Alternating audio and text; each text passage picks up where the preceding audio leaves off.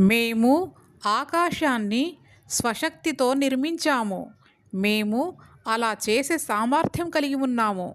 మేము భూమిని పరిచాము. మేము ఎంతో చక్కగా పరిచేవారము. ప్రతి వస్తువును మేము జంటలుగా సృష్టించాము. బహుశా మీరు గుణపాఠం నేర్చుకుంటారని. కనుక పరిగెత్తండి అల్లాహ్ వైపునకు. నేను ఆయన తరఫున మీకు స్పష్టంగా హెచ్చరిక చేసేవాడుగా వచ్చాను. అల్లాహ్తో పాటు మరెవరిని ఆరాధ్యులుగా చేసుకోకండి. నేను ఆయన తరఫున మీకు స్పష్టంగా హెచ్చరించేవానిగా వచ్చాను. ఇలాగే జరుగుతూ వచ్చింది. వారికి పూర్వపు జాతుల వద్ద కూడా ఇతడు మాంత్రికుడు లేదా పిచ్చివాడు అని నిందింపబడనటువంటి ఏ ప్రవక్త రాలేదు.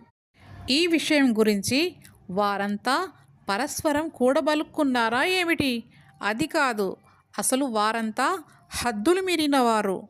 కనుక ప్రవక్త, వారి నుండి ముఖం మరల్చుకో. నీపై ఎలాంటి ఆక్షేపణ ఉండదు. అయితే ఉపదేశిస్తూ ఉండు. ఎందుకంటే ఉపదేశం విశ్వాసులకు ప్రయోజనకరమైనది.